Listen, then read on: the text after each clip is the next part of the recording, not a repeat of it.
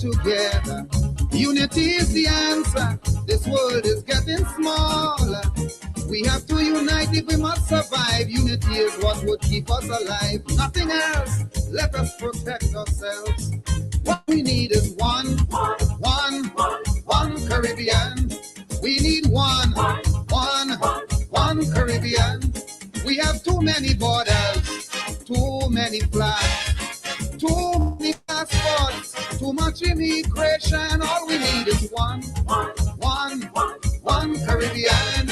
We need one Caribbean.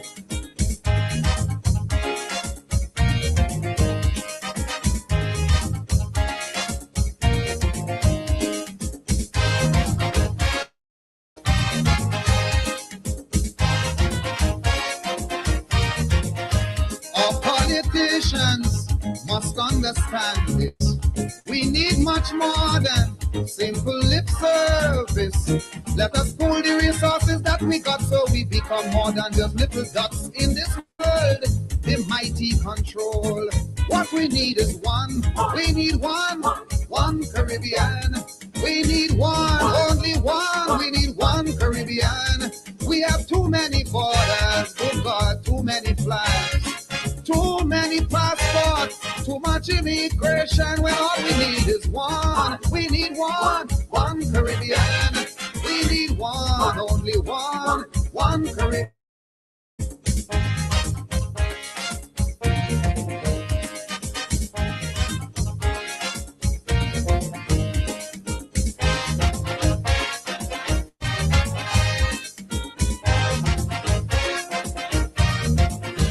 Whose land is bigger or which is smaller. In a disaster, that doesn't matter. Mistake has long dictated. The time is now when we cooperate. Can't we see? We need unity. All we need is one Caribbean. We need one, only one Caribbean. We have too many borders, too many flags, too many passports, too much immigration. All we need is one Caribbean.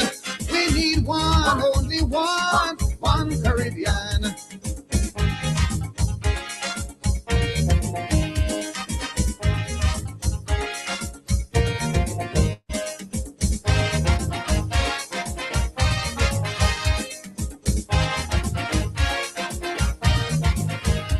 Independence is still on paper. We are still controlled by some foreign master, to whose drum we dance when his music played. This unity is what have us this way. That is wrong when we could be strong. If we just have one Caribbean, only one, just one Caribbean. We have too many borders, too many flags, too many passports, too much immigration. All we need is one Caribbean. We need one, only one Caribbean. Tell your preacher, tell your teacher, one Caribbean. We need one, only one Caribbean. Tell your leader, one Caribbean. Whoa, whoa, whoa.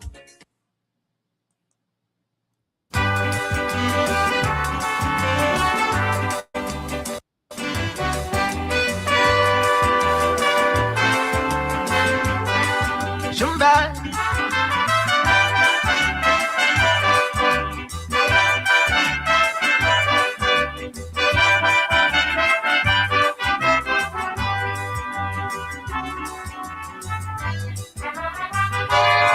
If I like, ask Kamal about the bacchanal down at the convention when Ivan asked Williams, Doc, why Venezuela don't want me to smelt her?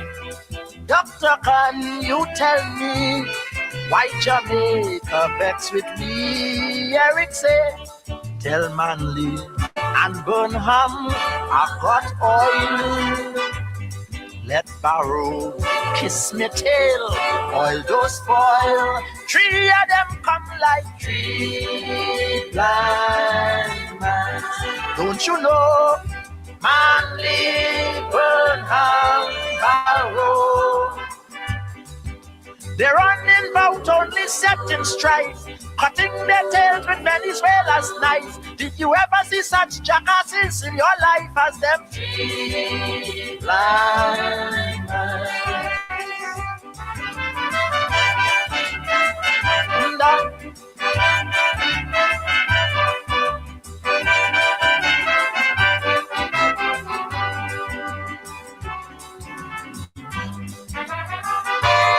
Ivan said, look, doctor, didn't you ask Venezuela for warships to help we in the 70 mutiny? From Barrow we get rum, from Manly aluminum. Burnham feeding we with rice, yet you calling him a blind mice. Eric said, let Burnham keep he rice, I've got oil. They will have to pay my price. Oil don't spoil. 3 of them come like 3 mice. Don't you know? Burnham Barrow. I treat them like if they were my wife.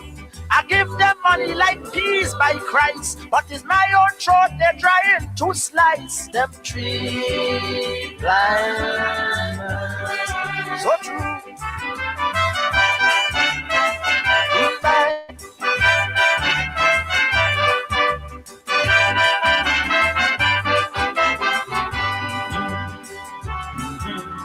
This is very good. Them 3 mice do not know is I have them on the toe. Food for them to be fed. Without me, all of them dead. Is my people have to toil to give them pitch and oil. Yet they back in Venezuela and don't want my land to smelter. Eric say, they value my money as dirt, but I've got oil. 80 cents they say it is worth, but oil don't spoil. They remind me of them 3 blind mice. Don't you know, manly Burnham Barrow? For beg me again for what I have, but this time I'm going to make them starve. To get my dollars, the best thing twice. Them 3 blind mice.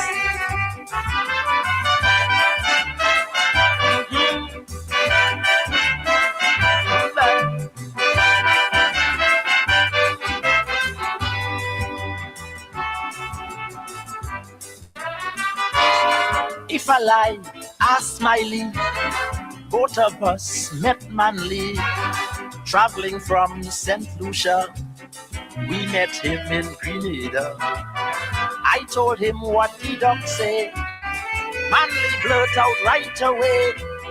Tell Eric he has not died, for he has blind men at his side. Manly said, them 3 deputies that he have is the oil. 3 spineless men of straw have been spoiled. 3 of them come like 3 blind. Manly call, Kamal Chambers error. Anything the doc say is right for them. The 3 of them are really yes men. Did you ever see such rat-tailed men in your life as them 3 blind mice?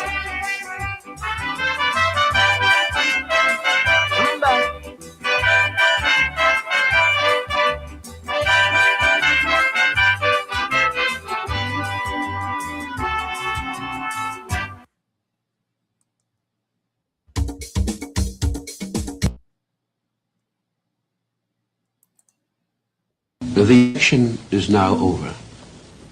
A hard and at times bitter campaign has come to an end.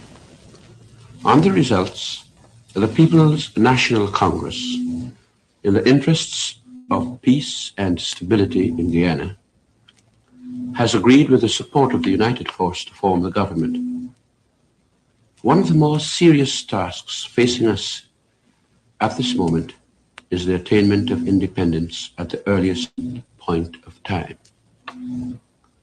One of the disturbing features of the election, which we have noted, is the apparent cleavage existing in our society, brought about by colonialism and 7 years of mismanagement and misrule. It has come to our knowledge that despite the years of disaster suffered by the people of this country, a large section of the electorate was persuaded of its interests to vote for the party formerly in power as a result of the dishonest and opportunist propaganda that, unless that party was returned to power, those people would suffer. The new government, headed by me, intends to show by its actions in the immediate future, and indeed throughout its term of office, that this is not true. The problem of racial cleavage, racial antagonism, and distrust, which the last government allowed to develop during its term of office, is still with us. But our government recognizes this as a challenge which it intends to accept and which it is determined to overcome. My government considers that it is a matter of the greatest importance and the utmost urgency that an atmosphere of relaxation be established immediately. The reduction of tension, which is already apparent and which will become more pronounced every passing day, when it is realized that not only are we intent on being fair and just, but also that we have at our disposal the means to carry out our intention, is merely the first fruits of our attainment of office. Enemies of this country would like to see racial division and antagonism continue. They will not have that satisfaction. The government recognizes that its duty is to rule in the interests of all the people of this country. It will dispel the fears of the apprehensive and confound the hopes of those who seek the destruction of this country. To be specific, this government holds that all the people of this country are equally important, whether they belong to a large group or to a small group. To us, the Amerindians are important. To us, the Chinese are important. To us, the Portuguese are important. To us, the Europeans are important. To us, the mixed races are important. To us, the Africans are important. To us, the Indians are important.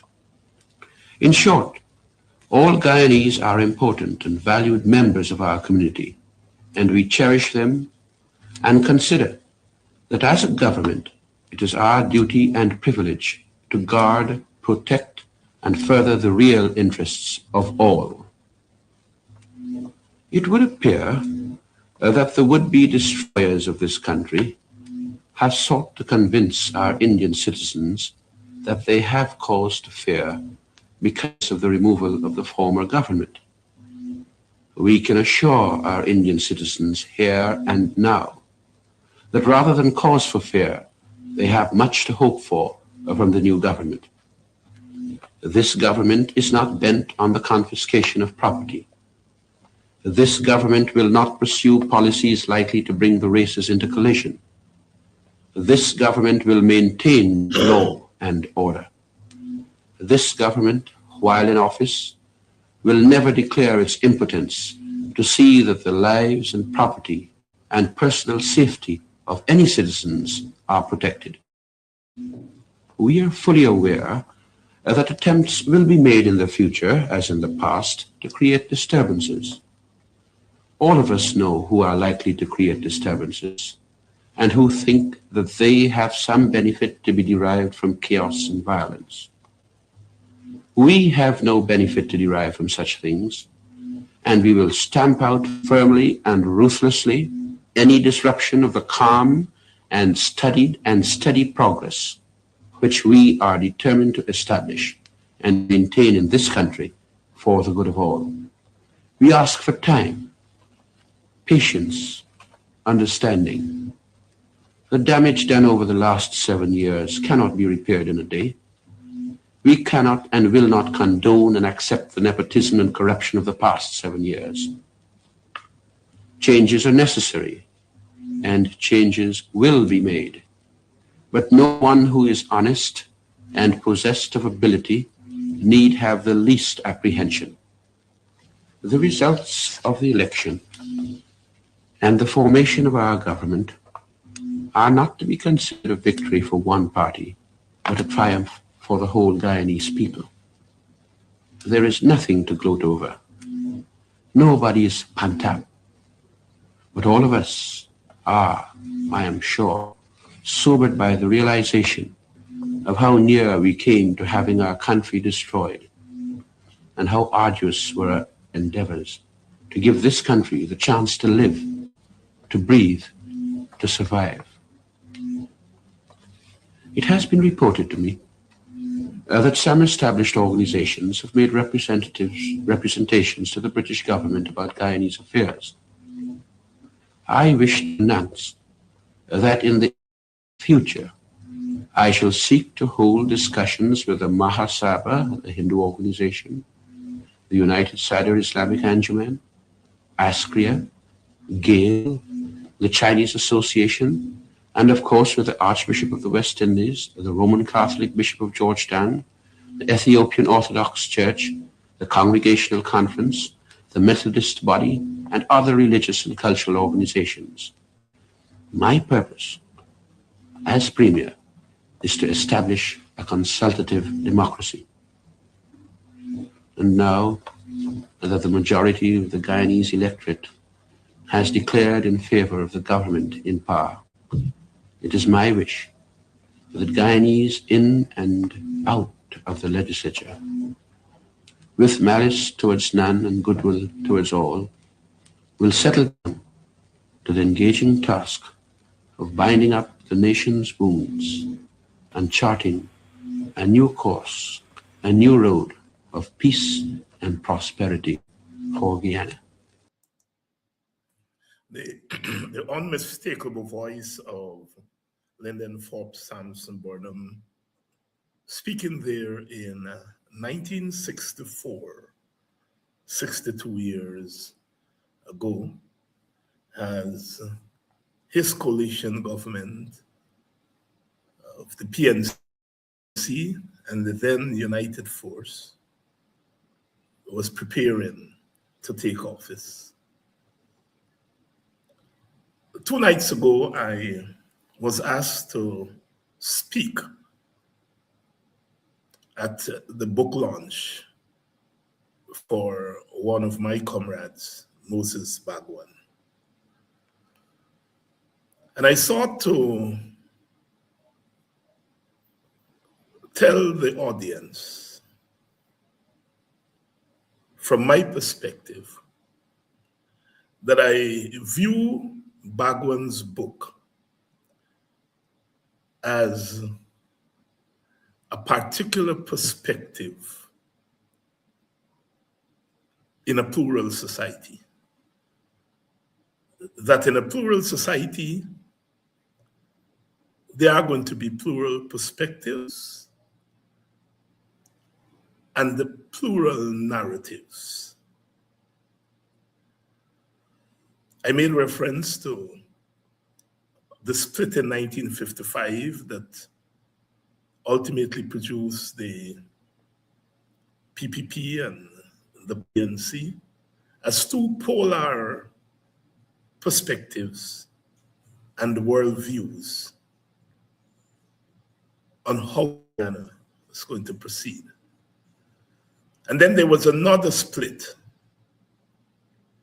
in 1956, when Guyana, Martin Carter, Rory Westmus, and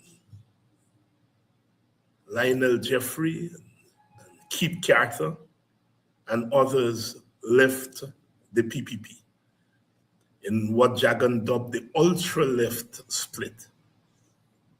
And my argument is that split, that second split, is important because it opened up a new political space that would eventually give rise to the WPA, and later on parties like the AFC would drink from that well because that space was opened up. I called it the independent space. It may not be an apt description, but the point I was trying to make is that in our plural society, there's no single story. There's no one story. That is why some people instinctively reject the one Guyana nonsense that this government is trying to promote. But I wanted to impress that because I think in societies like ours, we tend to reach for the homogeneous, even if it means silencing the heterogeneous. It's one of the challenges of nation building in a plural society. And it is my own view that over time, after 60, 70, 80 years of decolonization and independence, that dilemma is still with us. I read Clement Rohi's autobiography. I read Bhagwan's autobiography. They're telling the same story of the same time, but you wouldn't believe that these two people are talking about the same thing. And nothing is necessarily wrong with that. Nothing is necessarily wrong with that. And so as I was driving home, I thought, I said, you know what? Let me do a program on Burnham. Let me do a program on Burnham. Because we live in a time, the time of social media, that things are moving quickly. Information is moving very quickly, rapidly. And what we call the past is really yesterday or the day before. What about 40 years ago? That there's a danger in developing a society which is not aware of its own past. And even when it's aware of its past, it wants to superimpose that past as the only narrative of the past of the country. It's dangerous either way. And so I thought, having listened to this independent narrative that people like Moses Bhagwan and Guyana and so on represent, I think it's only fair to hear the perspective from the Burnham side. If the Bhagwans and the Guyana were talking about the independence project as oppositionists, as something that goes beyond state and statecraft. To understand Burnham, we have to situate Burnham, or anybody, but we're talking about Burnham tonight. We have to situate Burnham within the context of statecraft. Neither Bhagwan nor Guyana led the government of the country. They had ideas. They served close to government,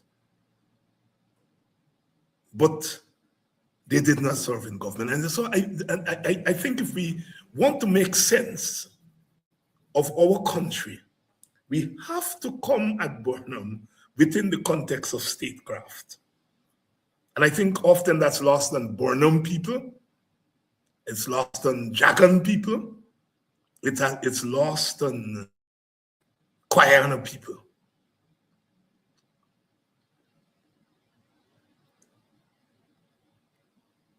To also understand Burnham, we have to understand him within the context of his time. He died in 1985, a mere 19-year independence, still in the early years of independence. And the dynamics of the early years of independence and 60 years later, while there are similarities, there are also profound differences.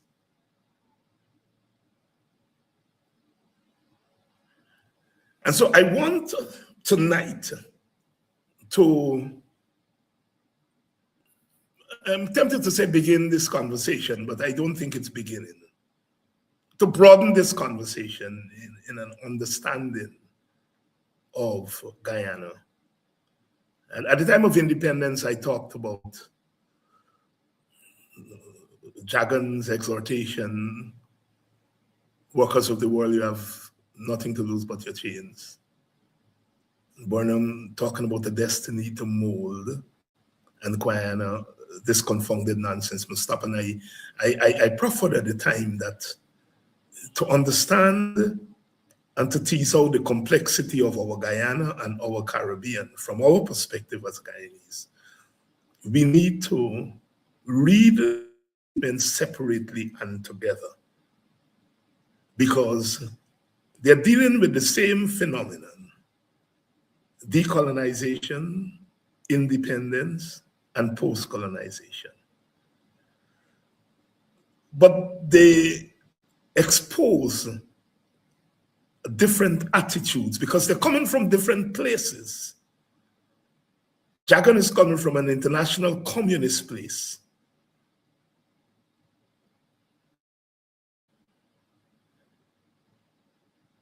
Guyana is coming from a grassroots radical place of speaking back to white authority.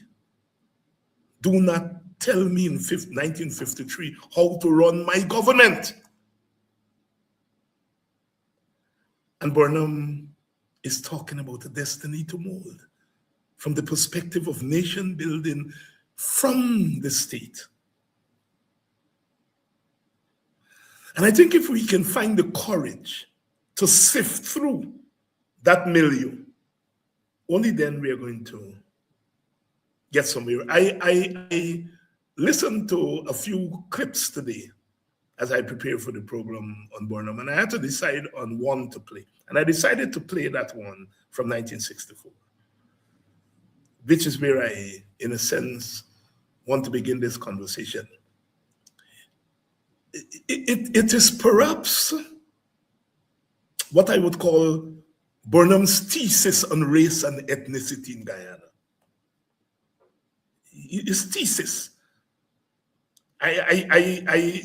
From the little clips that I saw online and so forth, I don't think he ever went in such a profound way in an analysis of race and ethnicity.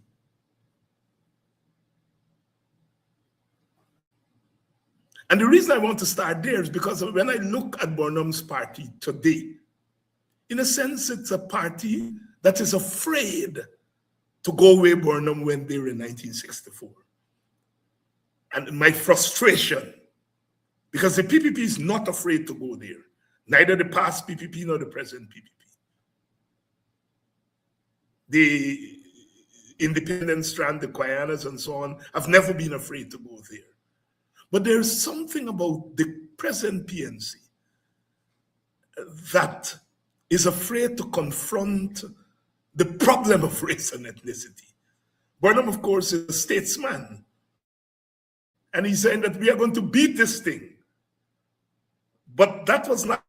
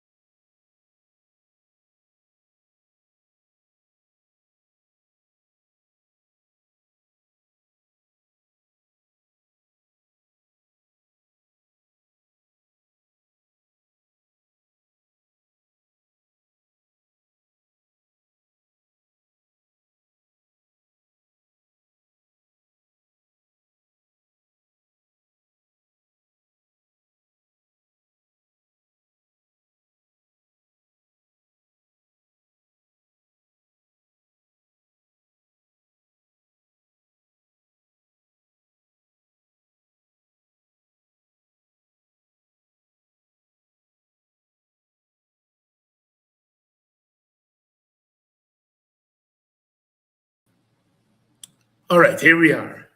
It seems to be getting some static here tonight, but I think we are back. So I was saying that I wanted to begin our conversation about Burnham tonight from that perspective, because I think there is something to be learned there.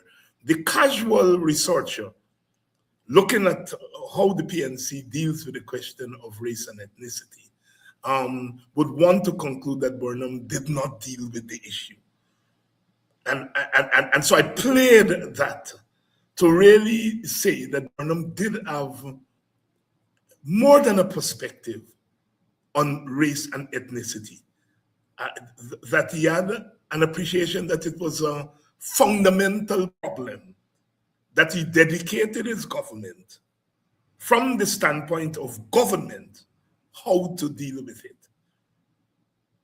I have here tonight Vincent to this program. I have a lecturer at the University of Guyana, Dwayne Benjamin, and we're expecting young Kibwe Copeland, who is the chairman of the Burnham Foundation, to join us later.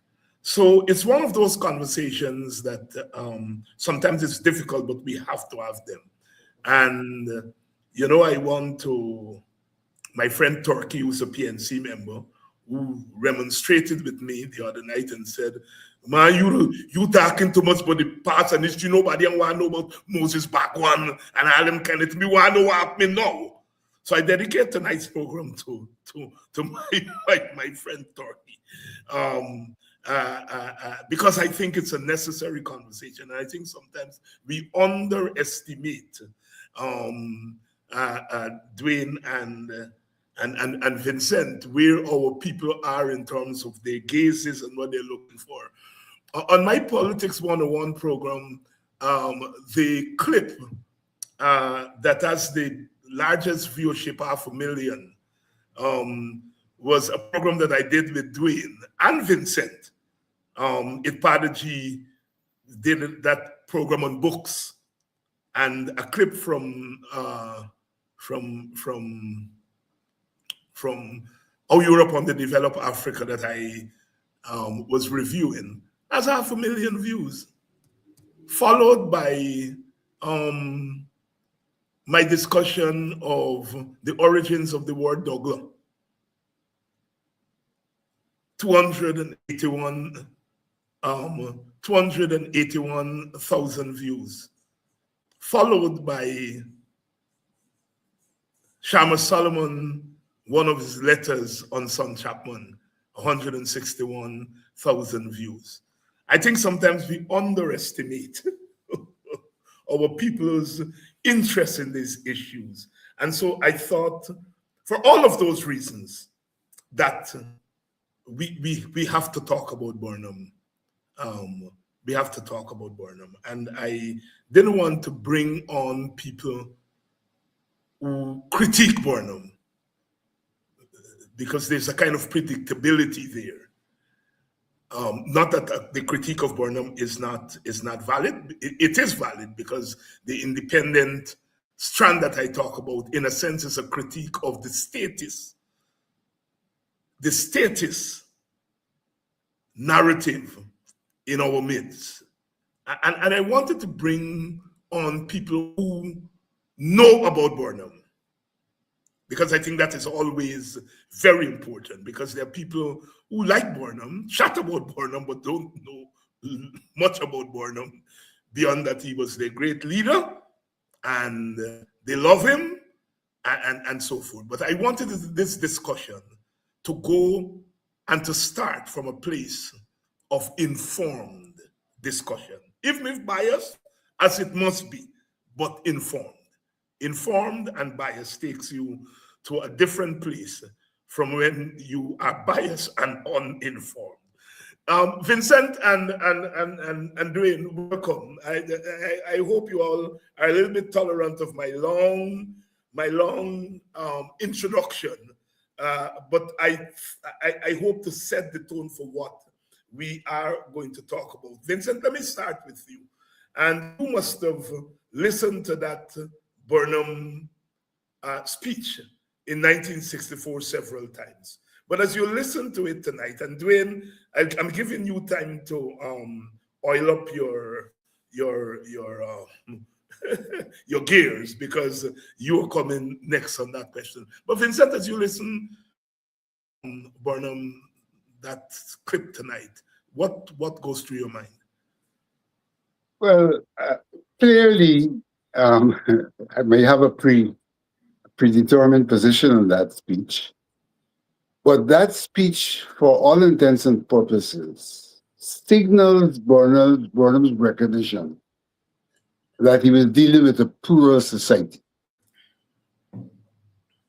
and that in dealing with that plural society, from the standpoint of government,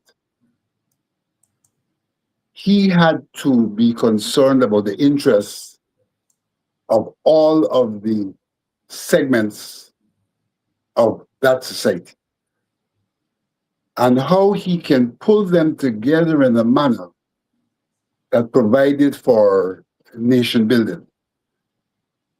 Because we started off, and this is what a lot of people do not understand, that because of the plurality of our society, we are not naturally a nation, and that most have become a nation state, where the oneness has to do with the way in which our laws address us as equals, and our institutions address us as equals, but that in fact, we are not necessarily equals from the standpoint of our individual histories and the histories of our peoples, and how they came, and the circumstances under which they have existed.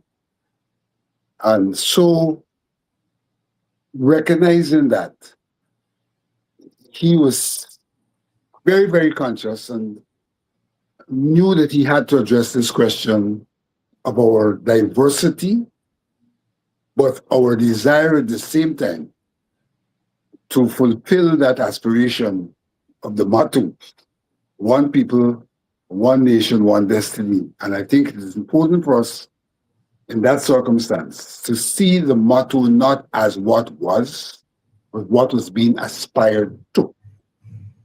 And if you see what is being aspired to, and you recognize the plurality, you can see that he had to recognize that plurality and seek to put in place institutions that did two things. One, not to interfere with diversity, because it's a question of human rights, but at the same time, to see how one could treat that diversity in a manner that lend to cohesion and lend to nation building. Cohesion and nation building. I am tempted to do a follow-up with you, Vincent, but I'm going to come back to you in short order. Let me go to Brother Dwayne. Dwayne, you were born long after that speech was made. And so in a sense, as an activist, as an educationist, you are listening to that speech. What are your thoughts? What goes through your mind? All right, thank you very much, Professor Hines, and good night to your audience. Thanks for having me here. Now, to respond to your question, I think I am almost in the same vein as Mr. Alexander in terms of where the speech is coming from and what the intention was. And I would go a bit more, because if we go back to the history leading up to that speech, it identified a particular problem. And the problem was basically a divide at independence. Guyana was very much a divided society. It required basically a coalition government in the PNC and the United Force. And much to the, well, of course, the PPP would have lost out in that arrangement. But the point is that what the intention of the government as implied by the speech is that there must be a holistic approach to nation building, one that involves and incorporates the almost every single group in the society, the Africans, the Chinese, the East Indians, and the other group. So that the recurrent theme of that, outside the nation building and social cohesion, had more to do with achieving national unity. But if we go beyond that and see what was done following that speech, a lot of the policies basically were geared towards achieving some of those very objectives. But we're going to get there in time. Mm-hmm. We're going to get there in time. I'm going to come back to you with policies later on. Vincent, I'm coming to you because you were there at the book launch on Saturday night. Yeah. And basically, the people at that book launch were of a certain, most of us were of a certain political, not affiliation, but of a certain political complexion, for want of a better term. We are all people who were around the WPA, in the WPA, and so forth. And it's all well and good. But what Burnham was dealing with in that speech, Sidney King dealt with it in the Joint Premiership Proposal of 1961. There were attempts with the Nkrumah people and so on to get Burnham and Jagan together. That didn't succeed. And so we get to 1964 with the coalition government. But I think what I'm driving at here is that while Guyana and Bagwan himself had meetings with others searching for this joint government, while Guyana and Bagwan coming at the same issue of coalition and power sharing. They're coming at it from outside control and management of the state. And that Burnham is premier. And he has to address this issue within the context of having to manage the state immediately after an ethnic civil war. All right, and so I want to take you back there, because I think we all, you, Dwayne, myself, all of us scholars and activists, always search for this way of kind of explaining our reality. And as I said, I think a lot of times we err on the side of our homogeneity rather than our heterogeneity, and not see the things as parts of a puzzle, you know, that Burnham has to deal with managing a state immediately after an ethnic civil war. The choirs and the Bagwans are engaged in the issue of nation building, but they're engaged in it outside of management of the state. Vincent Alexander, talk to me. Well, I think that one has to recognize that Burnham himself was of a particular ethnic group. I think one has to recognize that. So even as quote unquote a statesman, he was of a particular ethnic group. And not only did he emerge from the period you're referring to, but he emerged from the political movement in terms of being a part of the PPP, coming out of the PPP, and therefore having an appreciation of the ethnic problem that we were faced with, but at the same time being an African Guyanese. And recognizing that as an African Guyanese, he had to be careful not to come over as looking after the solely or separately the interests of African Guyanese.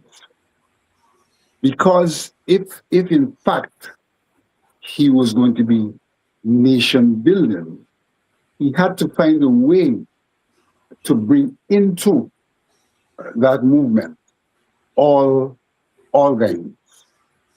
So that whilst people like Guyana and Bagwan could clearly identify the ethnic problem and a solution to the ethnic problem, Burnham identified the ethnic problem, but the solution to nation building in the face of the ethnic problem, even though he himself may have had a disposition in relation to the ethnic problem.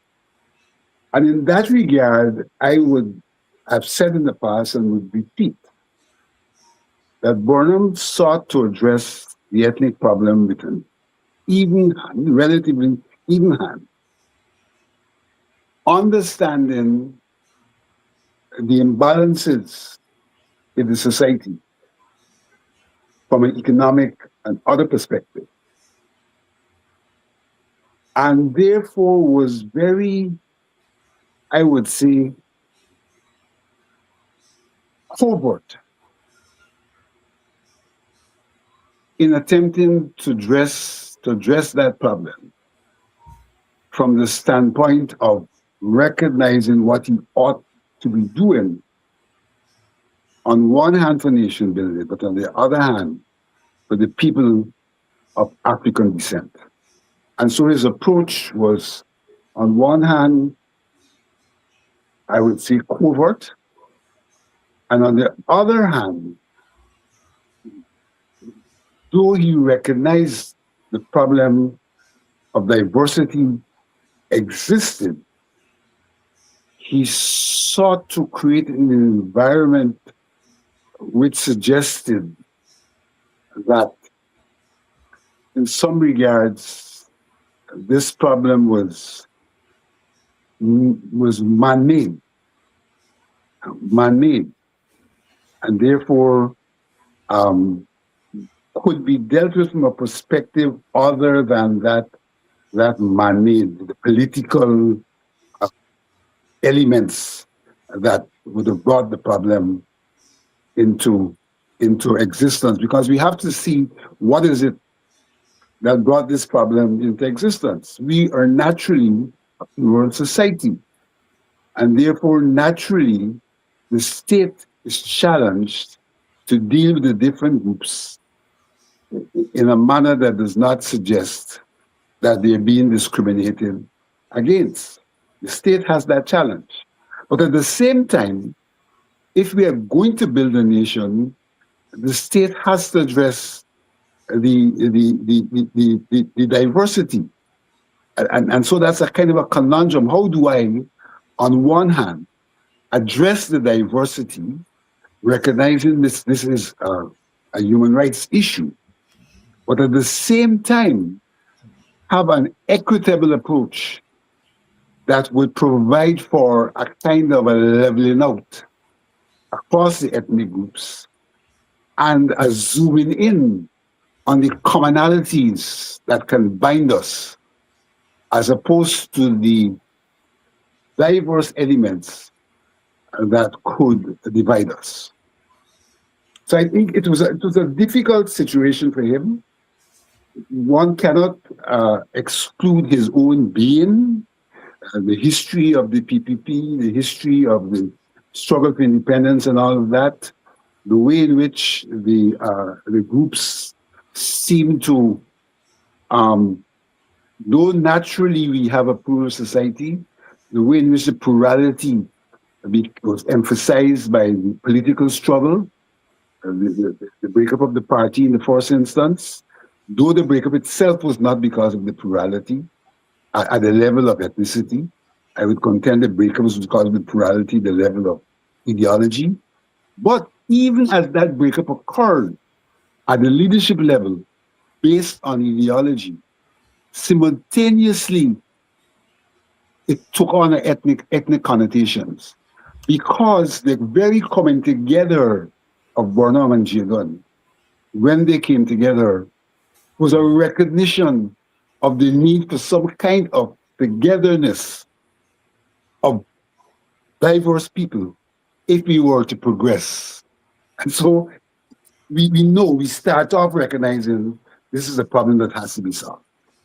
We end up with a problem that divides us, but as that problem divides us, it turns back to a ground level where the people themselves are manifestly plural, while the leadership attempted not to be plural in the first instance.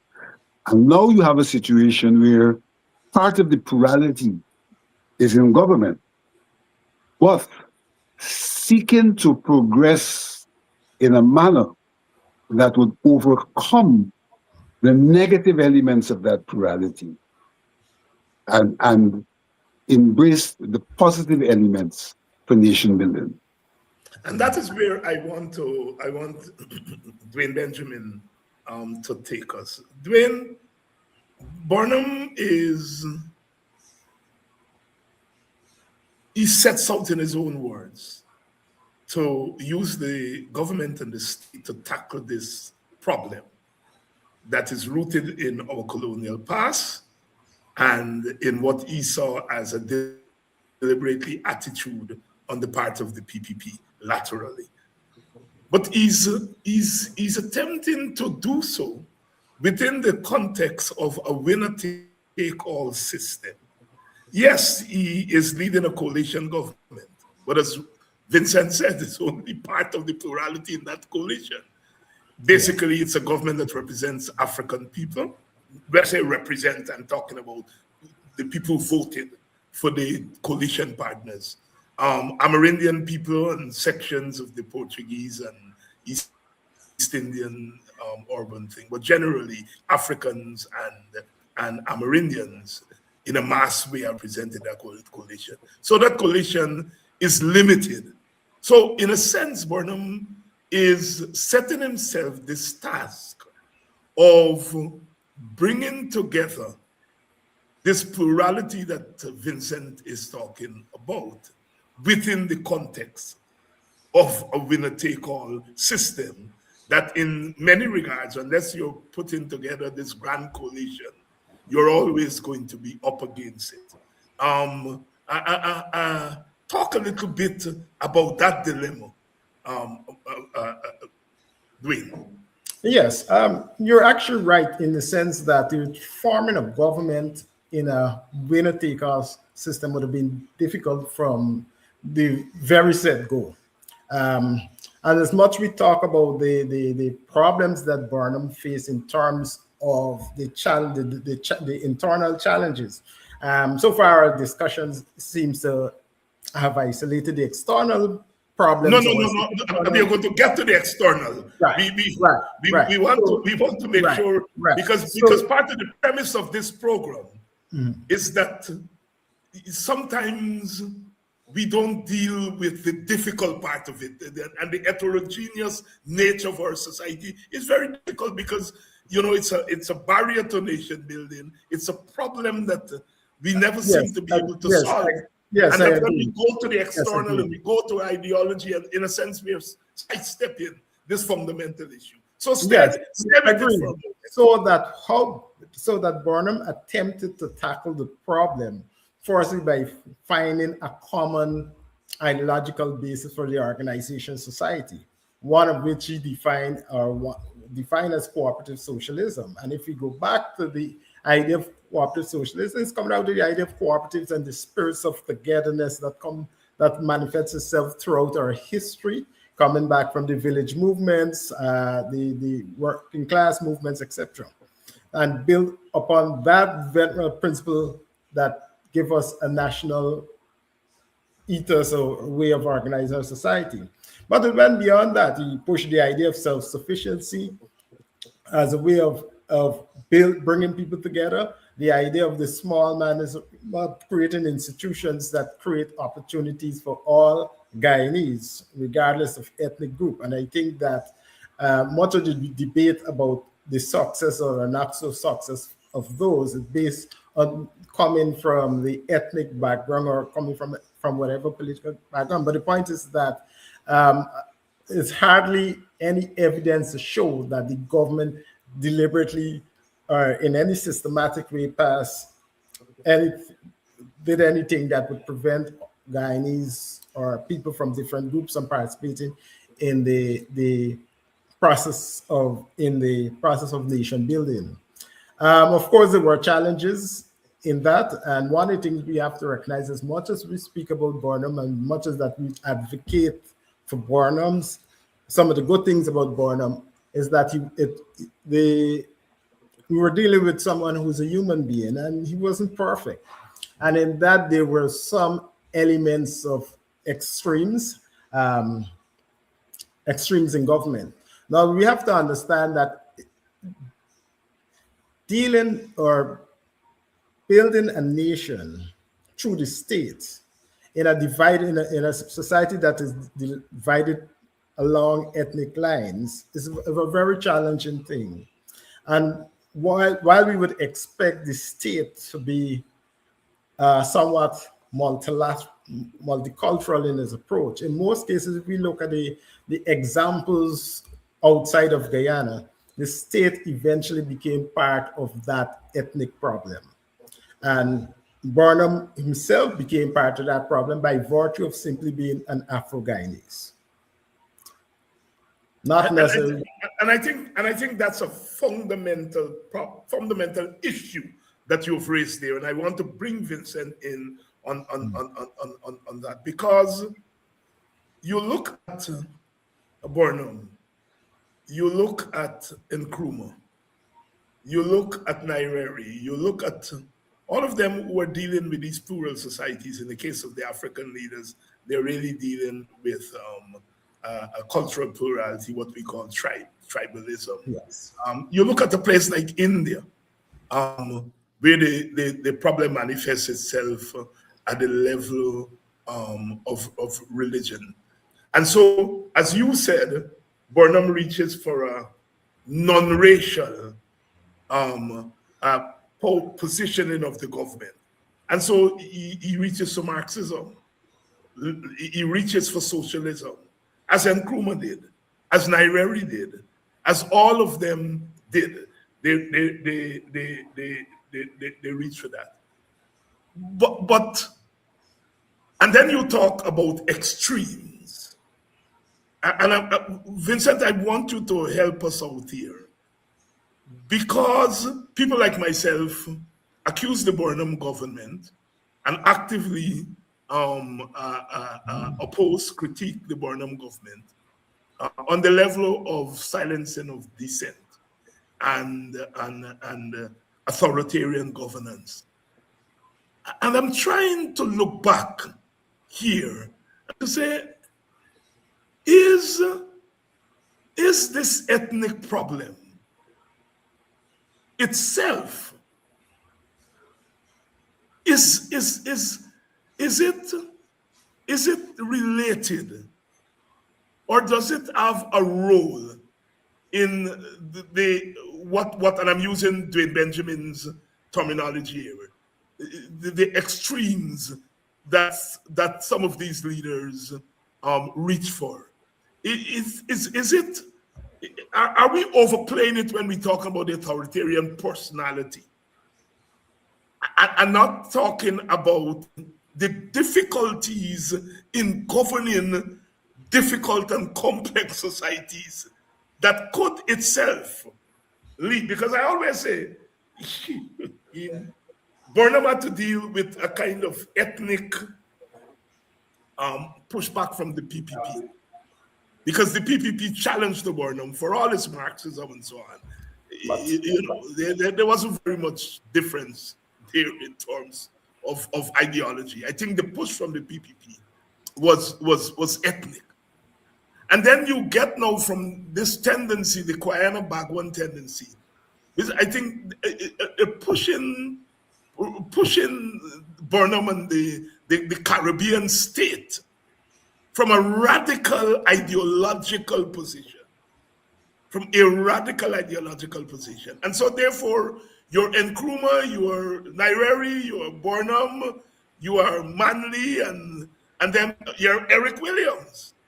You are dealing with, in this milieu, in which you are challenged ethnically, you are challenged from a radical standpoint. Burnham is a radical. If he were not in government, he would have been doing the same thing that Rodney was doing. He comes out of that tradition. Eric Williams, for God's sake, wrote Capitalism and Slavery. And so, Vincent, talk to me. I know I'm putting you on the spot. Talk to me about... No, I want to introduce a term here. Yes. In that speech which you played, Burnham made it clear that he was going to be speaking to bodies of people who represented different interests. He was going to be speaking, he said, to the Hindus, the Muslims, the Christians. So he's going to be speaking to this set of diverse... Because you mentioned Askria. Diverse forces. Now, in speaking to those forces, you can see him attempting to do what I may refer to as a kind of a paternalistic approach to leadership, a kind of paternalism. But inevitably, a paternalism lends to a kind of an authoritarian relationship. So that I'm going to consult with you guys, but I'm not consulting with you guys for you to take me in various directions. I'm going to consult with you guys to pull you together. And that is where the strong arm in some regards comes out. That has its own problem because even among the people with whom he will be speaking, they are fractured politically. So you take the Hindu society and you see that you have emerging factions, some of whom are sympathetic to Burnham, some of whom are not sympathetic to Burnham. And so to pull them together as one Hindu set of people in this context of paternalism, the kind of the strong hand comes in some regards, so that a solution to the problem itself lends to a particular kind of approach to leadership. To leadership, you just can't let everything be at the will and the fancy of individual people, individual groups. You'll never achieve what you want to achieve if that were the case. So you have to find some way to create strictures. And I think that is what Burnham, in some regards, though he reached out to the various groups, he attempted to create the strictures that would bring them into a conglomeration.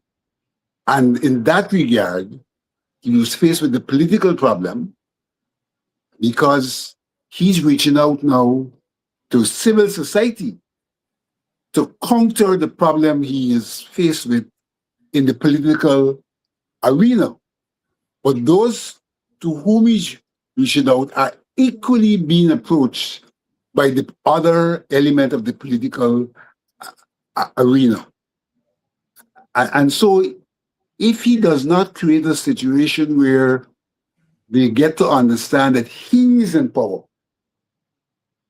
and if they don't collaborate and work with him, it could be to their detriment.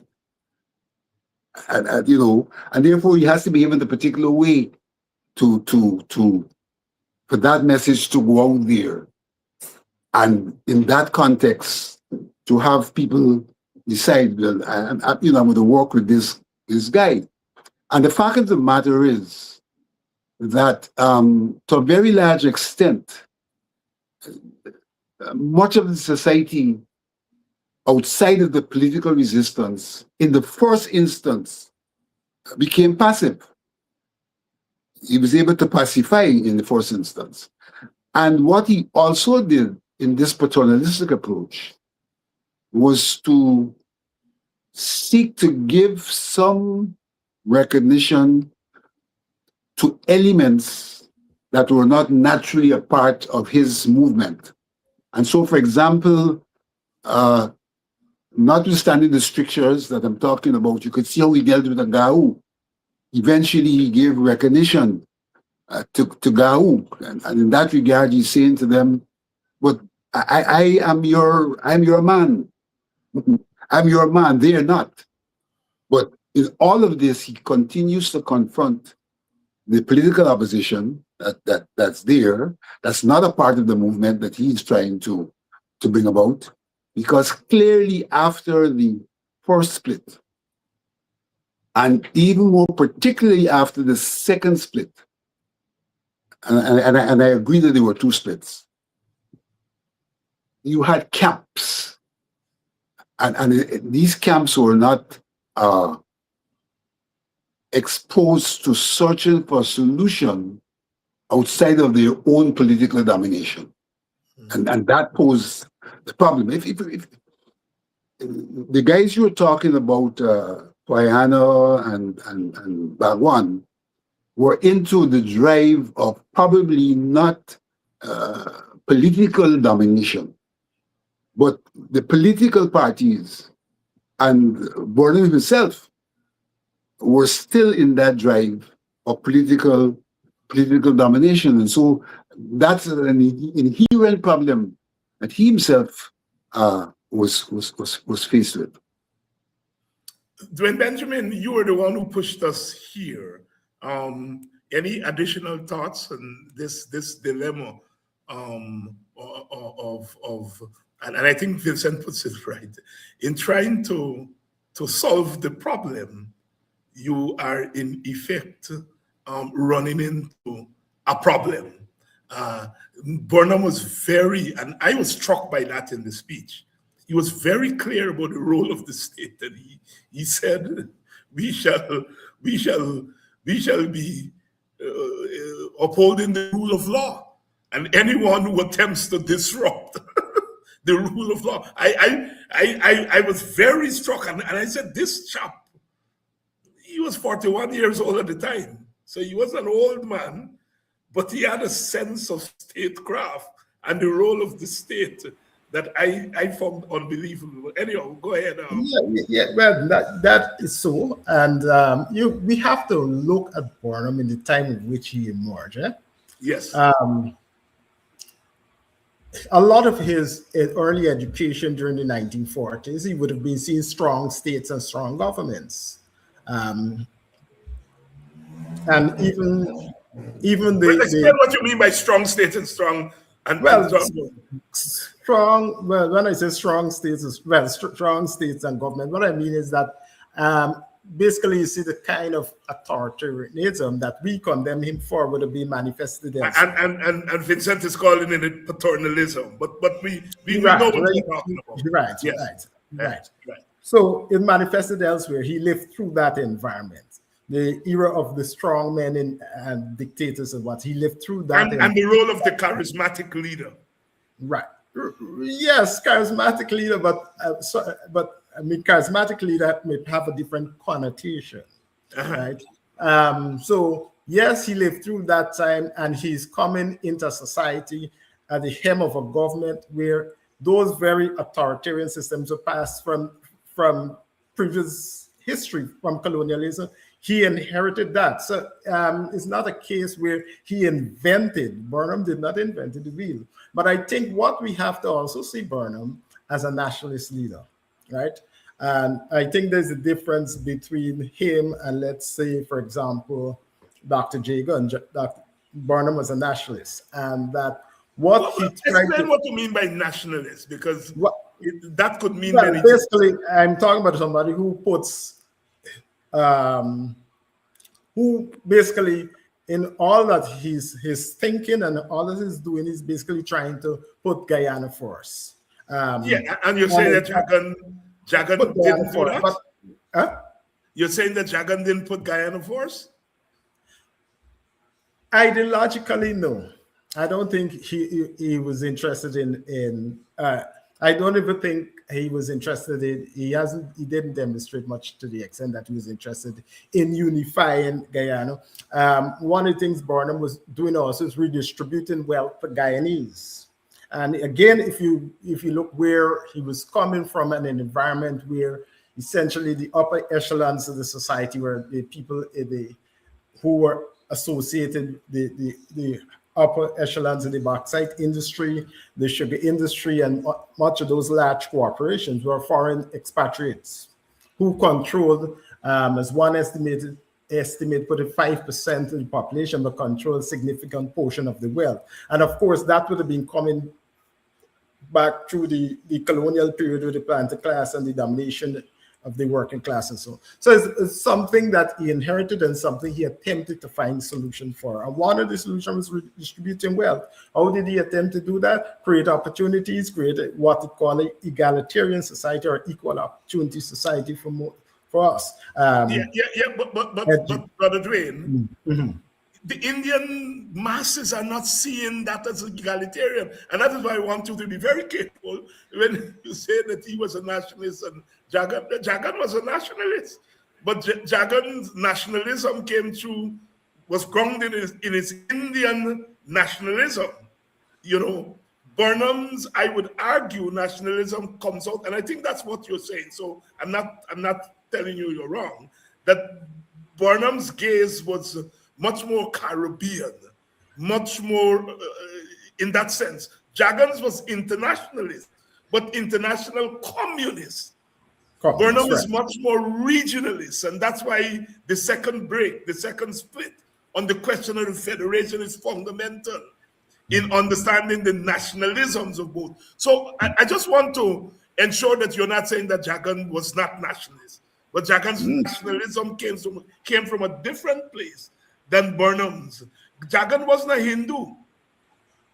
Burnham was a Christian, and as you were saying, he studied in England, and he understood liberal democracy, and he was very conscious as a dark-skinned African, and as an architect of Caribbean regionalism.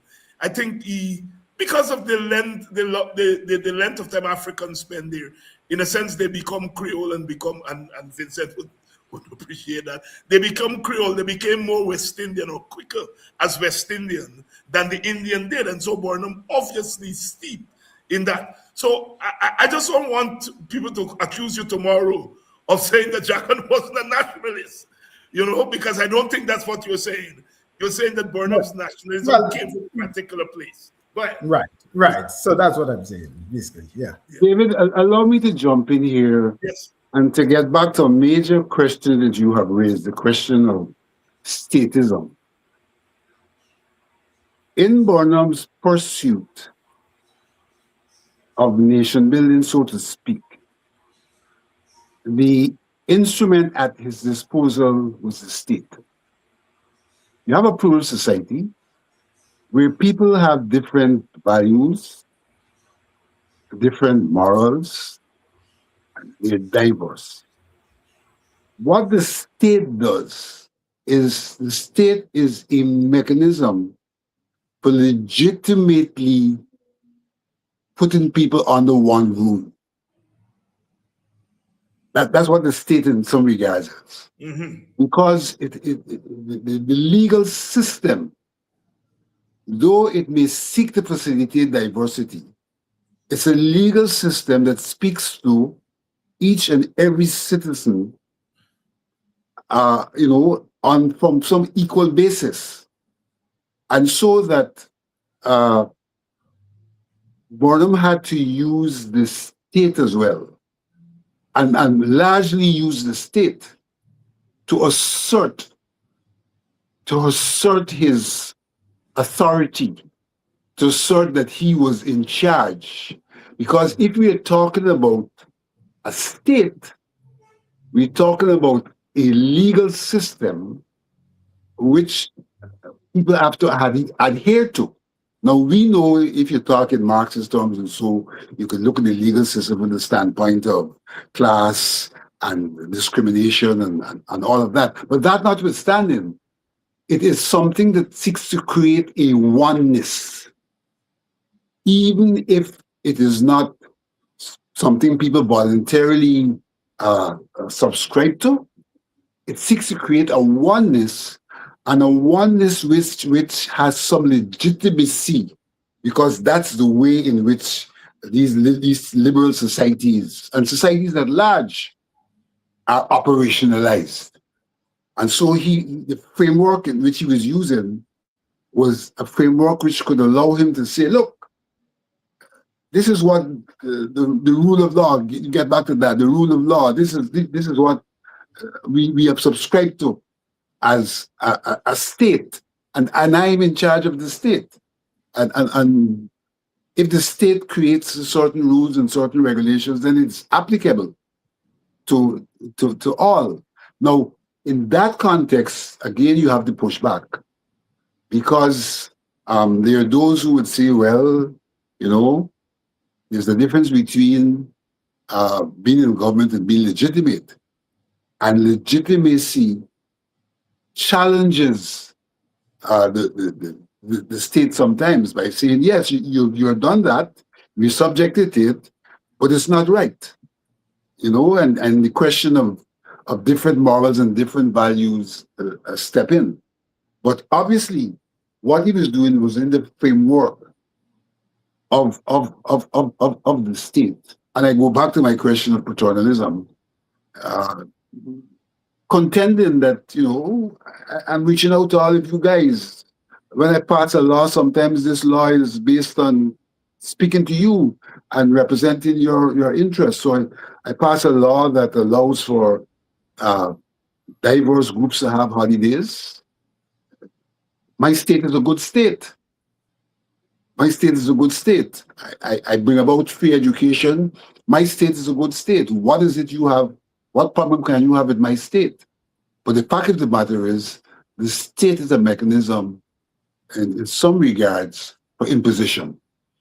For imposition. Dwayne, let me come back to you, because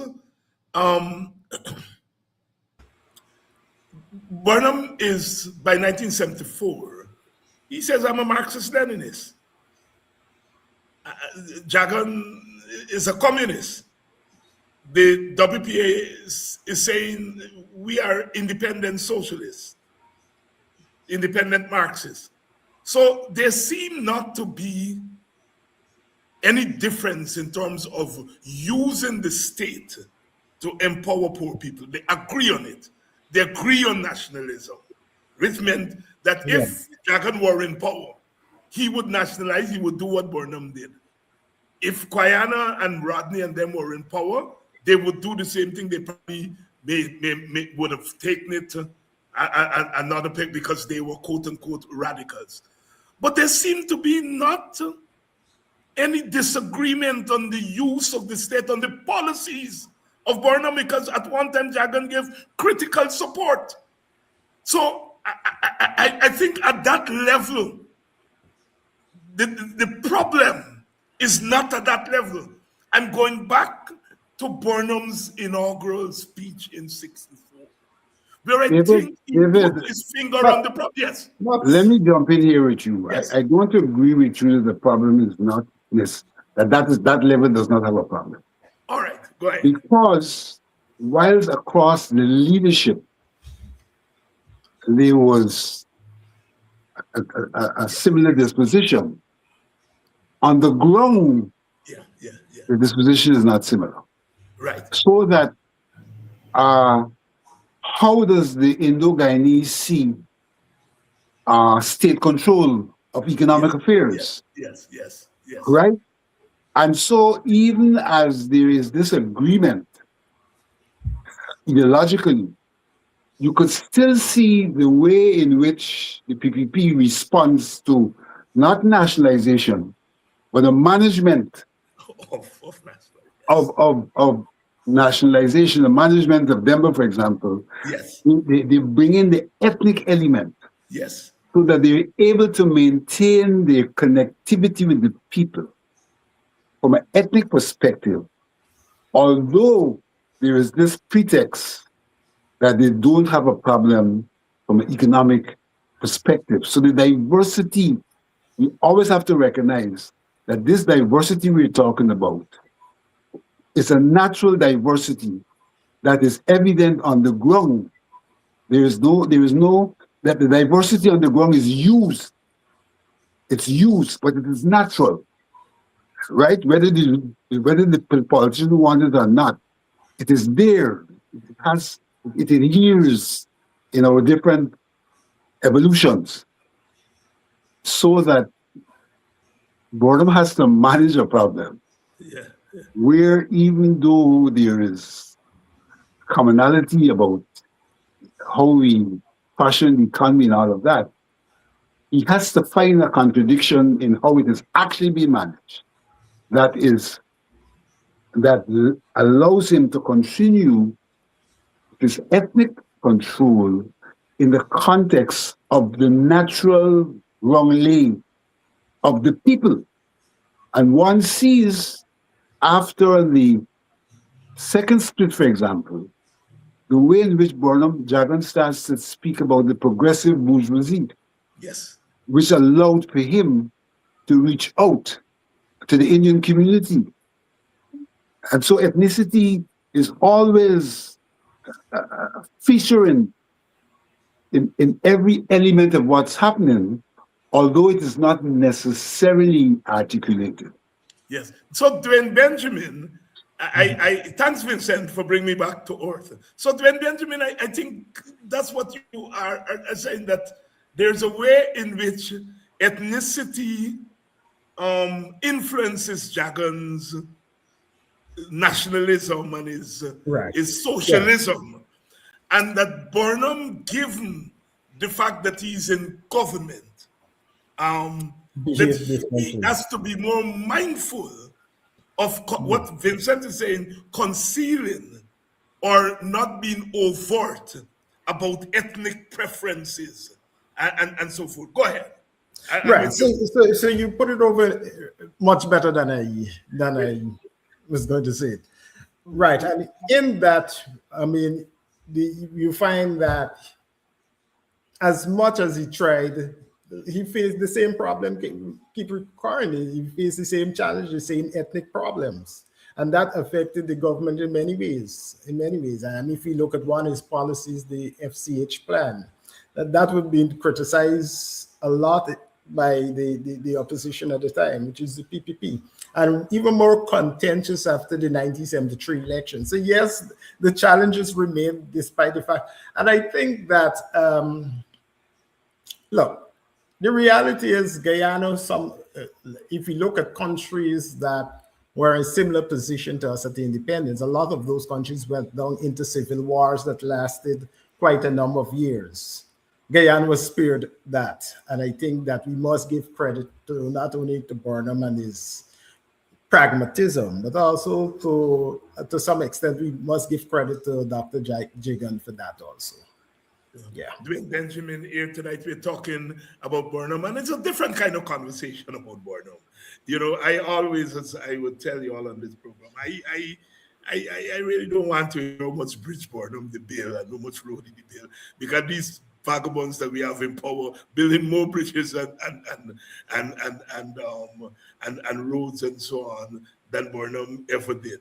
And so I want to take the conversation beyond. And I asked the question I'm going to ask these two gentlemen here tonight. Burnham did build roads and he did build bridges, some of which are lasting symbols in our society, whether it's the Linden-Soestdijk Highway, whether it is the Harbor Bridge that they've just confiscated. These are infrastructure that he built. What I am interested in is not the infrastructure, but the thinking, the thought process, the outcomes.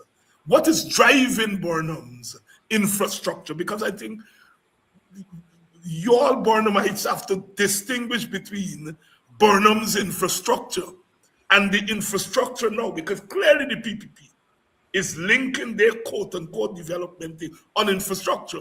So when Burnham might say, well, Burnham build bridge, Burnham build, you risk falling into that thing. And so what I want you all to do here for me is to put in context for this audience, what is the social thinking behind Burnham infrastructural program?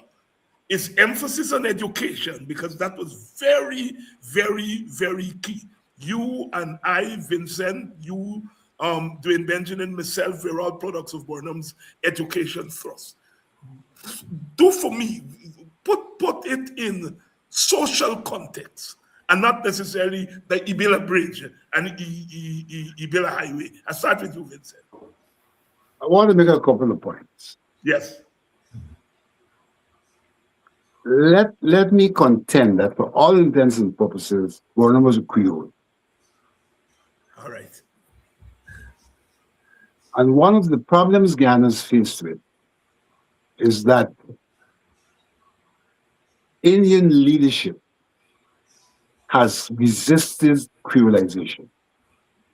Indian leadership has resisted creolization. Even Chedi under his communism resisted creolization. If you look carefully at the conduct of the struggle, it was a their struggle against colonialism also had integral to it a pushback from a cultural perspective that pushed back on the natural process of creolization. Right? So that the value systems that drive the PPP are different than the value systems that drove Burnham. the value systems that drive in the main people of Indian descent are different from the value systems that drive people of African descent. And so if you have governments which are dominated by one or the other group, then there is also the issue of a particular value system dominating. Now, African Guyanese were enslaved and had to find their way after abolition, had to find their way. Indo-Guyanese came as indentured, it might have been oppressive, but they never lost their way. They came with a particular objective, and that objective was for materially a better standard of living than they were experiencing in India. We didn't have that kind of juxtaposing. We came from ground zero. They did not come from ground zero. They landed at a particular level and continued along that path. As a creolized set of people, we have adopted largely Western approach to life. Largely the Western approach to life. Whilst one may argue that the Indo-Guyanese are in business and that is Western, that is a means. That is not their way of life. That's a means to facilitate what is it that they wanted. And so, from a standpoint of government, what drives the Indo-Guyanese at this time, who are largely led in a hierarchical structure? We can't ignore that, in a hierarchical structure, where pro-business, making money is what drives them, as opposed to a more welfareist kind of humane kind of African Guyanese emerged out of enslavement. This is something I don't think that will be easily taken. I'm getting to an area here that's going to have a lot of comeback. Yes. But it's the reality that we have to come to terms with, that our diversity has some elements which do not easily lend to cohesion. And it's only the status and, in some regards, the Western, our creolized approach that seeks to impose a oneness, which is not necessarily acceptable.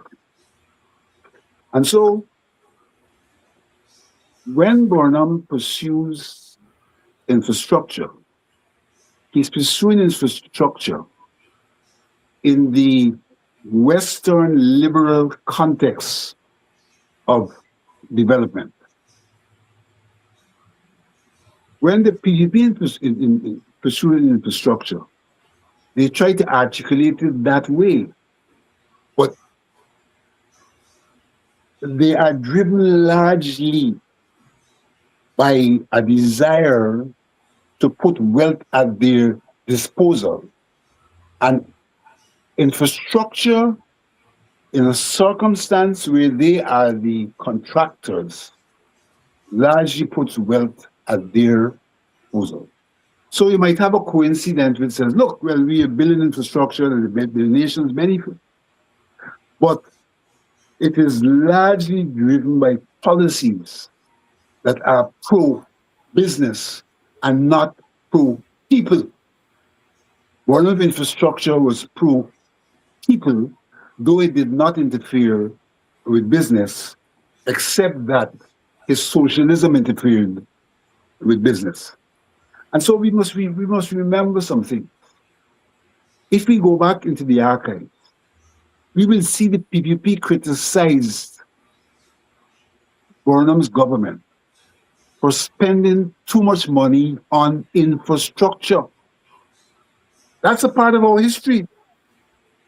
If you go and check the budget speeches and all of that, they criticize Burnham for spending too much infrastructure.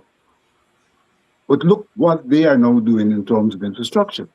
But when Burnham spent on infrastructure, not only did he do it from a liberal economic perspective of national development, but he also did it from the perspective of people's development, because he sought as far as possible to have what they call the petty bourgeoisie and cooperatives and the ordinary man, the beneficiaries of the infrastructure from two perspectives, from the perspective of infrastructure itself, but from the perspective of livelihood.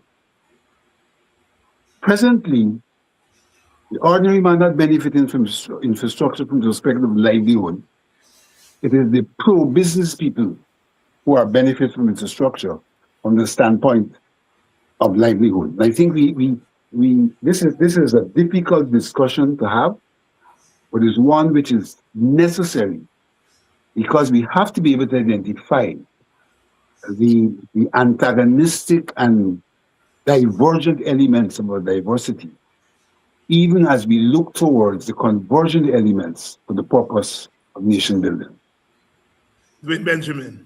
Yes, I've listened to Mr. Alexander, and I kind of want to disagree with the whole idea of this liberal Western style development, and to say that Burnham's infrastructure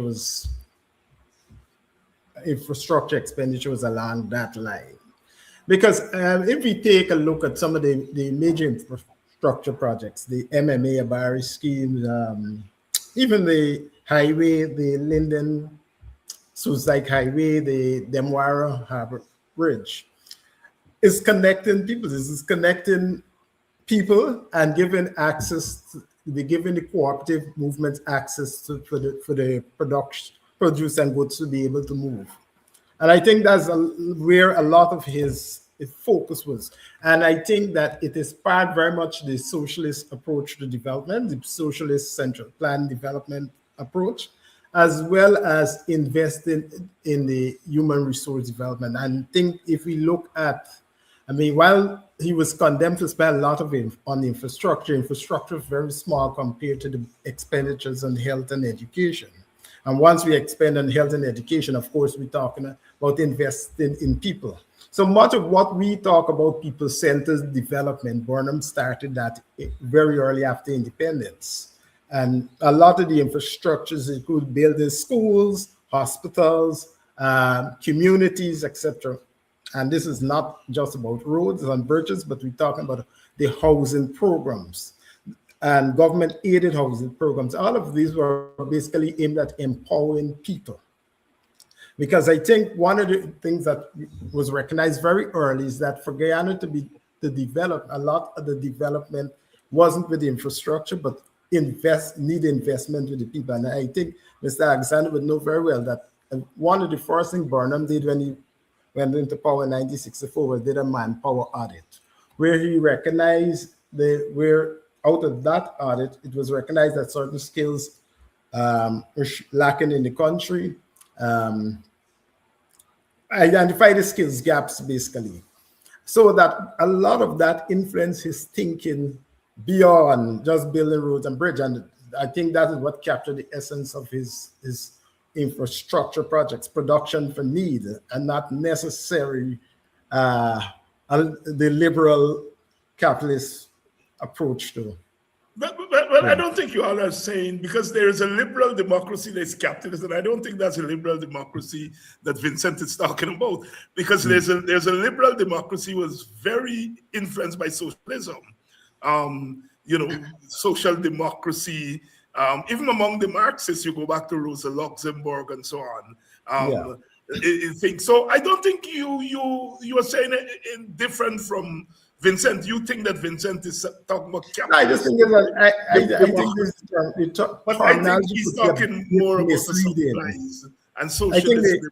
I think the terminology could be a bit misleading to say that someone who from 1970 onwards said that tell the world that we're cooperative socialists, but you have infrastructure that is liberal Western style. It's kind of contradicting. So yeah. Yeah, but what I'm saying is that Western liberal democracy itself is divided between the capitalist liberal democracy and the more socialist leading democracy, the one that the Scandinavian countries use, the one that we in the English-speaking Caribbean as generally embraces, a different kind of social democracy from the United States. Yeah. But Mr. Alexander, go ahead if you want to. No, well, I think, David, you have come to my rescue in some regards in articulating where I was going,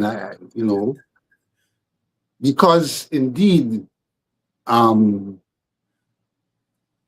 your examples of the Scandinavian countries and all of that, because it is true that what Burnham did in terms of infrastructure was focused on people's development.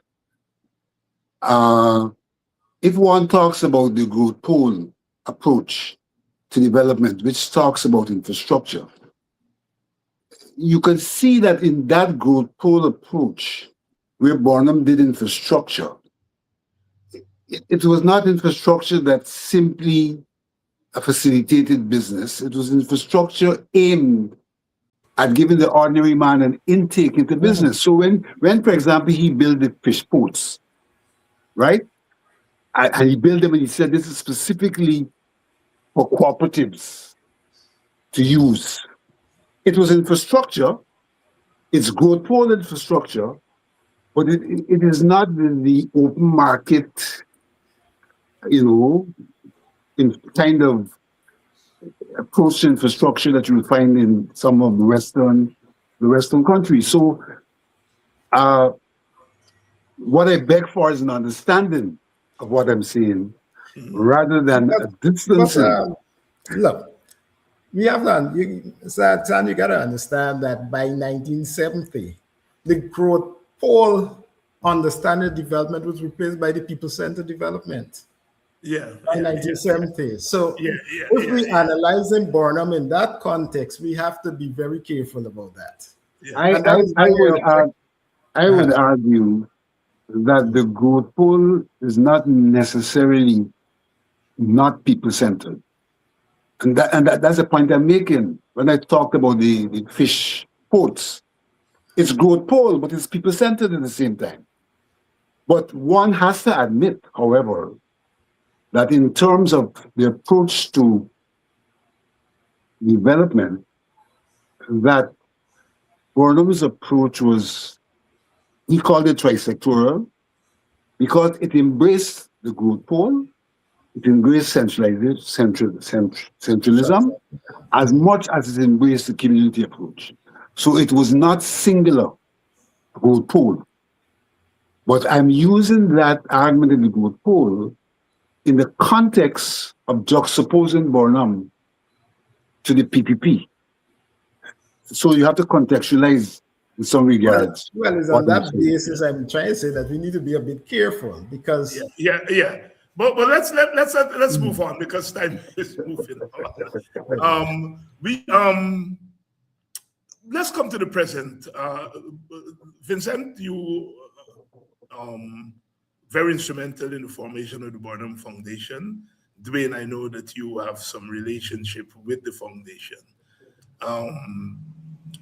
And 41 years after Burnham's death, as you all move around the country and engage people, in particular the ethnic support base of Burnham's party, African Guyanese, is Burnham recognizable as a name, as a phenomenon in the communities?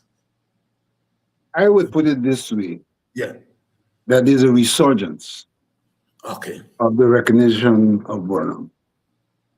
Where there's a deficiency, it's among the younger generation, because the communication infrastructure is used in such a manner as to demonize him and or to omit him from the narrative.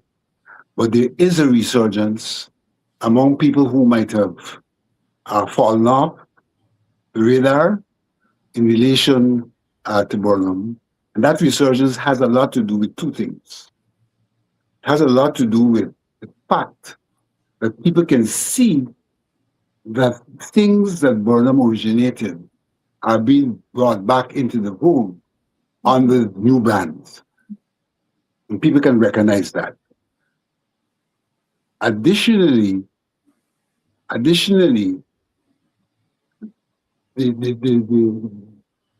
nationalism, the dignity of the Guyanese person, people are recognizing that the Burnham period lent more to that, so that they, in their own awakening of where they're at, are saying, you know what?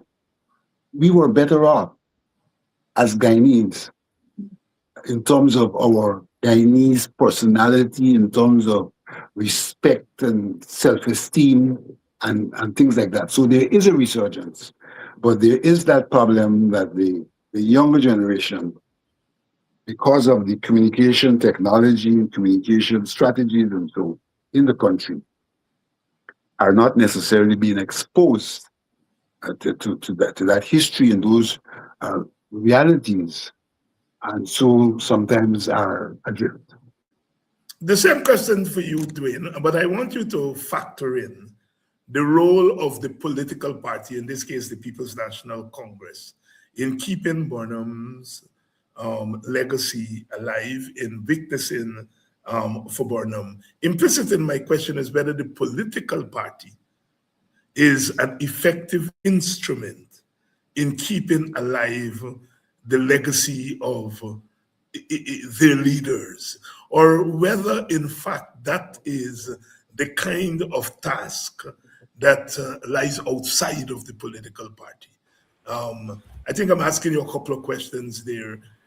Yes, you asked me a lot of questions. Those are serious questions, and questions that I think we have to have a straight and honest discussion around. The first thing I'm going to say is that currently there's a need for more organizations like the Burnham Foundation. In fact, I think the Burnham Foundation should be challenged to do more in terms of what it's doing and reach a wider audience. That's one. When you go around this country, and I think that this is one of the good things about Guyana, is that the name Burnham as well as Dr. Jigan still resonates in people's mind. Despite the fact, and I think Mr. Alexander pointed that out, is that you're going to have a generation of Guyanese in the next couple of years growing up don't even know what was the Demoara Harbor Bridge. They probably know the Barjagdio Demoara River Bridge. Some people might say that's a consequence of time, it's a consequence of modernization, whatever. But there's a challenge for us to preserve our history and to tell our story, and tell our story as far and wide as possible. And that's one of the challenges for us. Where the political parties are concerned, and more specifically, I think you're asking me about one particular political organization. I think because of the fact that that particular political organization had been ruptured between Burnham and the Desmond Hoyt kind of thing, where you have essentially the left wing versus the right wing element at the party, and that has been an ongoing back and forth discussion in the party. And I think the party itself is becoming overwhelmed by that discussion. So I think it's time at some point, I think they might see the need for chart a new course. What the new course looks like, I don't know. But what I know for sure is that on the ground, there's a call to the party to return to fundamentals. And by returning fundamentals, people are arguing that the party should return to its foundation, to its base. And of course, once we talk foundation base, there's a drive basically for the party to return to some of the values and some of the strategies that Burnham would have employed. I don't know how well that would work in the 21st century. It's left to be seen. But of course, the 21st century also poses new methods, new challenge, new ways of doing things. And at some point, you have to embrace. Vincent, I see you shaking your head. Yeah, I agree with. I think that Dwayne is on point when he mentioned the Hoyt period.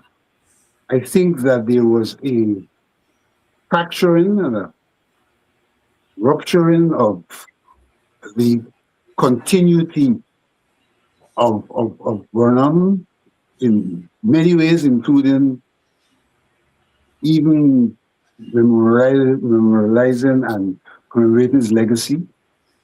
And that is one of the reasons for where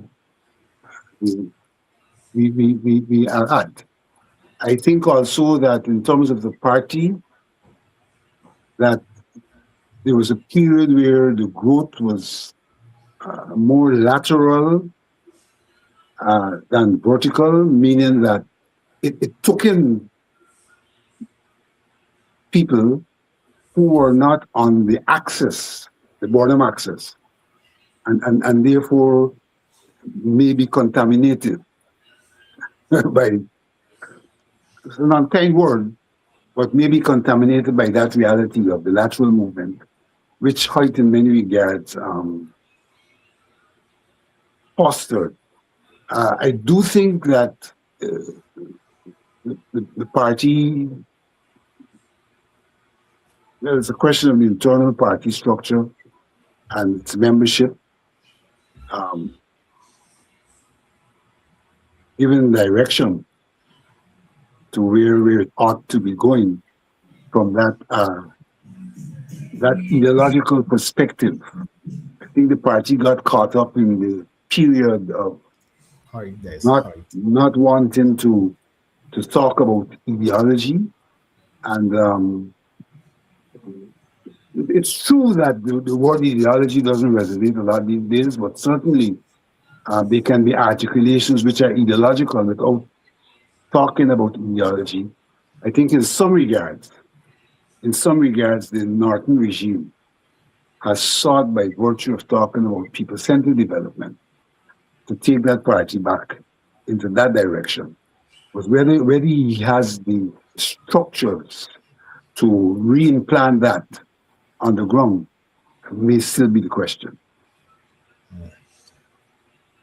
Vincent Alexander and Dwayne Benjamin here tonight, and I notice you all have stayed with the conversation, although it's not the normal kind of Burnham conversation that we normally have, and I don't make any excuses or apologies for taking these conversations in a certain direction, because I think that as post-plantation societies, we have gone through the strictures, ideological, ethnic strictures of the first 50, 60 years of independence. They've been really difficult period. And I think any society has to refresh itself.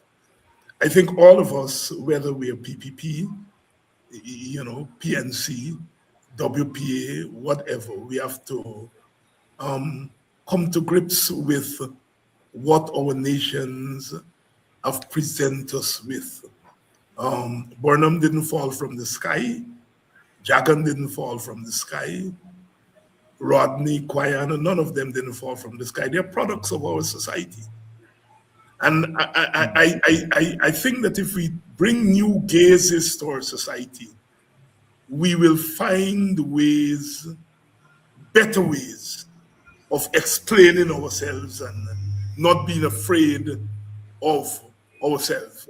The point that Vincent made just now, that they almost fear of talking about ideology within the PNC. They almost fear about talking about race within the PNC in a public way. And it's not confined. I can tell you, in my own WPA family, there probably is much more, we are much more at ease talking about class and ideology, but not of race, which may surprise a lot of people. And so I'm saying, as a national project, we have to speak about the wholeness of the society. and hope that that filters down down to people. I mean, I taught in America for more than 3 decades at the university level.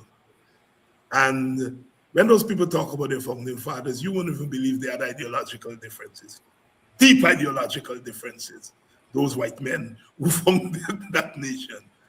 But I've always marveled at how America has been able to present them as founding fathers, as if they were no difference, of fundamental differences. I mean, the Bill of Rights came as a result of deep differences. In fact, it came down to 10 articles in that Bill of Rights, but there were 80-something of them. So sharp were the differences. And so I think that is a point that we have to get to in Guyana, where we should be comfortable really discussing our past. They've been painful past, and they had to be, because we came out of slavery and didn't have time to breathe, developed villages, and started to have to deal with colonialism in a different way. Indentureship came. We became independent after the Second World War, jump into the Cold War. We are coming into being in the context of a world that wasn't made for us. And so in many ways, there's some discussions, I think, as a society we never had. You know, the British chap up here, king head and all kind of thing on their way, you know, figuring out the economic system and the political system and so on. We have not had time to really sit down. And so I am deliberate about these conversations. I'm not going to be charged, well, David, why you didn't ask them about whether Burnham was a dictator? I am not interested in that discussion at this point. I've been very I don't think that helps Black people, and I don't think it helps race relations in the country. It's there, and I will talk about that among fellow travelers. But if we are trying to deal with what I see as this threatening cloud that is being visited upon us by a PPP-injected domination and ethnic domination and nationalism, the coming of oil, which means that the planters have come back. And if we're going to grapple, if we're not going to wake up tomorrow, where 750,000 Indians and Africans realize that the country don't belong to them no more. And that's a serious threat. And, you know, as an African Guyanese, I have to be more concerned about it, because Indian Guyanese may be able to engage that world to a certain level. I don't think Amerindians and Africans are going to be able to. And so therefore there's a certain kind of conversation. I will have to do as the Calypsonian Black Stallion said, wait, Dorothy, wait. I'm not saying that that conversation is not necessary, but I think that conversation is more injurious to African Guyanese at this time. And so therefore I am interested in another conversation. And it's that kind of conversation that I think we have attempted to have here tonight. Some people may have wanted more Burnham red meat. Some people may have, like I said, may have wanted more anti-Burnham red meat. I'm not interested in that at this juncture. Wait, Dorothy, wait. Closing thoughts. Dwayne and then Vincent. I think it's very good, as you rightfully said, very good to have these conversations. I think we should have much more of these conversations on our leaders of the past and how they influence or shape our societies. Short and crisp. I have found that there has been a timidity in our attempt sometimes to have this kind of conversation. And I'm referring to the Burnham Foundation itself. There's been some timidity. There are those who, that's not what they're into, period. They don't, when you get into that kind of conversation, they see it even as in anti-Burnham. But I do indeed believe that there's a need for that kind of conversation from the Burnham perspective. I have talked about a project of the de-demonizing of Burnham, which for me really means contextualizing Burnham. And that contextualizing will allow you to be critical of Burnham, but in context, understanding in the final analysis its interest as a nation building. Vincent Alexander, regular Dwayne, you must come back more often.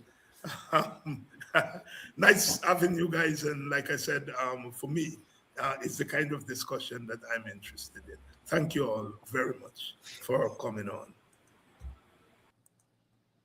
And for you, the audience, thanks for being patient. As my friend Turkey said, man, at times you got to talk more about what happening today. And look, I'm a political person. There's no doubt about that. But, you know, we have always been called upon in countries like ours to multitask. So that one is the political activist or politician. One is also the teacher. One is also the analyst. And they're all wrapped up together. So there's some nights I can't do the red meat. You're sick in the stomach if I gotta do red meat every night. So I'm begging you, Turkey, be a little patient with me. I got to do Moses back one sometimes. You know, I got to do Burnham sometimes. I got to do Jagan sometimes. I got to do history. You know, I was remarking to my comrades, I think today, that I am not a trained historian. I'm a trained political scientist. But everywhere I go around this country, people refer to me as a historian. And I stopped resisting it. I stopped telling people I'm not a historian because I think it's insulting to them. Because in their minds, I am a historian. And I think that is what is important. They feel that I do something with history. I bring history, although I'm not a trained historian, I bring history, and I see that as part of my duty. And in the end, for me, all of that is politics. All of that is politics. I myself like red meat, and sometimes, most times I tune in to my friend Mark, and I get plenty red meat. You know, Mark don't play. Right? I tune into Sherrod when I want a kind of barbecue meat. You know, I tune into Kedaki when you get the meat, very good the meat cook up in rice and what we call cook up rice.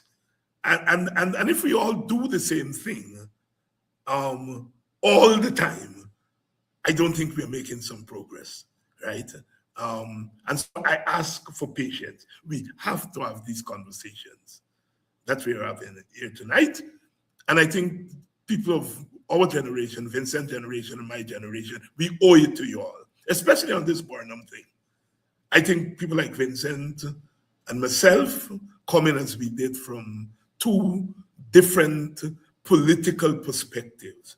I think we are two different political, but who are able to work together in a common interest 40 years later, 50 years later. There is something about our example that has to seep down into the community. And that is why we have to have these conversations. I love you all, always, because without that love, we are doing nothing until tomorrow night.